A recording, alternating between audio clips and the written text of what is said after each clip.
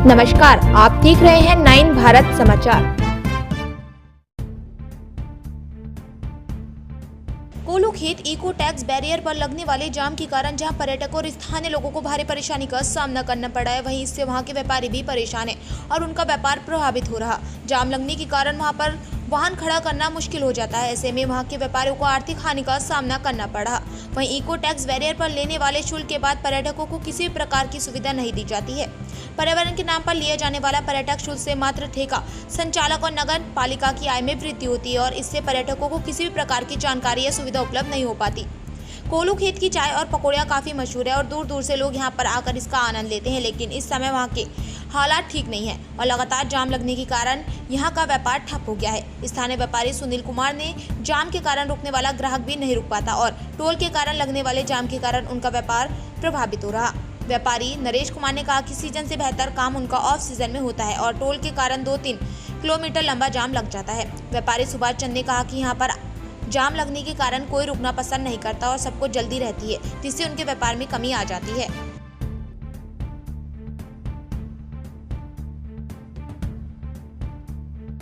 सुनील कुमार। और ये जो लगातार आप कोल्हू खेत के व्यापारी हैं, किस तरीके का व्यापार है आपका? हमारा व्यापार सीज़न के मुकाबले में ऑफ सीज़न में ज़्यादा अच्छा होता है, क्योंकि हमारा जो ग्राहक है वो 99% रिपीट वाला है, रोज़ आने वाला ग्राहक है।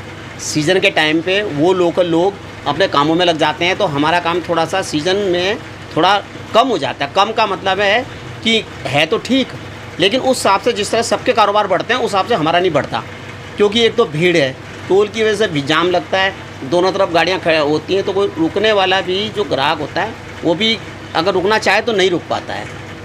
बस हमारे यहाँ पंजाब, हरियाणा, दिल्ली, चंडीगढ़ सबके ग्राहक हैं, लेकिन रिपीट वाला ग्राहक है। रिपीट का मतलब है जो इस साल आ रहा, 6 महीने बाद आ रहा, जो लोकल लोग हमसे जुड़े हुए हैं उन्हीं से हम लोगों का कारोबार 12 महीने चलता है।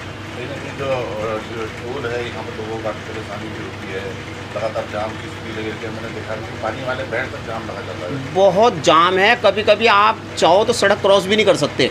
आप कभी इस वीडियो को डालना कि इतना जाम है कि रुकने वाला अगर चाहे भी तो नहीं रुक पाएगा, कि उसे लग रहा है जाम बहुत ज़्यादा है, उनका इस समय निकलने में ही अच्छा है। तो इस समय इससे हम लोगों का कारोबार है अच्छा है, लेकिन हम लोगों का रिपीट ग्राहक है। टूरिस्ट का कारोबार हमारा कम है, क्योंकि लोग हमारे पास सिर्फ पकौड़े ही होते हैं और हमारे यहाँ लेमन टी होती है, इसलिए हम इसी कारोबार से जुड़े हुए हैं। तो हम लोग लोकल चाहें कि लोकल ही हमारे से जुड़ा रहे और हम उससे उसका प्यार मोहब्बत बनी रहे, तो हमारा ग्राहक वही अच्छा है। मेरा नाम नरेश कुमार है और यहाँ पे कोल्हू खेत में बहुत भीड़ होती है, जिससे हम लोगों के लोकल पैसेंजर भी नहीं रुकवाते और हमें बहुत दिक्कत होती है। इससे अच्छा तो हमारा ऑफ सीज़न का ही सीज़न होता है। ये सीज़न में तो खाली गाड़ियाँ चलती रहती हैं, भीड़ भड़ाके में हमारे लोकल आदमी भी नहीं रुक पाता, इससे हमें बहुत दिक्कत होती है। लगातार चार लाइनों में गाड़ियाँ चल रही हैं, यहाँ पे अगर कोई रुकना चाहे तो वो भी नहीं रुकवाता है, बड़ी दिक्कत होती है। सर, इसके लिए आप कुछ करिए जिससे कि यहाँ थोड़ा आवाजाही कम हो जाए और ये ऊपर झड़ी पानी वाली रोड थोड़ी सही कर दीजिए, जिससे कि लोग थोड़ा उधर को भी जा सकें, तो इससे थोड़ा सा ट्रैफिक सही रहेगा और सब कुछ ठीक ठाक चलेगा यहाँ पे। और हमें भी थोड़ा सा यहाँ पे हमारा लोकल लोग जो रुकता है वो रुक जाएगा। जिससे गाड़ियाँ खड़ी होती हैं, आपके व्यापार में फर्क पड़ता है उससे? बहुत फ़र्क पड़ता है, कोई रुकता ही नहीं, हमारा लोकल कस्टमर नहीं रुकता। बाहर का तो बहुत दूर की बात, बाहर का तो रुकता ही नहीं है, बाहर का तो ना के बराबर रुकता है।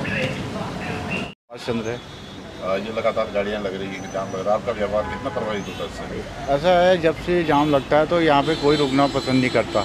अगर वो सोचता है अगर मैं यहाँ पे रुकूंगा तो मेरा नंबर कट जाएगा, पता नहीं कितनी देर तक मसूरी पहुँच पाऊँगा, है कि नहीं है। ये लगातार 1-1 किलोमीटर लंबा जाम लगा रहता है, इससे हम लोगों का व्यापार प्रभावित होता है, कोई रुकना पसंद नहीं करता यहाँ पे। तो ये जो क्योंकि काफ़ी परेशानी हो जाती है, भीड़ में ज़्यादा जगह ही नहीं मिलती उन्हें। वो सोचते हैं अगर हम रुकेंगे तो उसके बाद हमारा नंबर कट जाएगा, क्या मालूम कितने किलोमीटर आगे जाम है।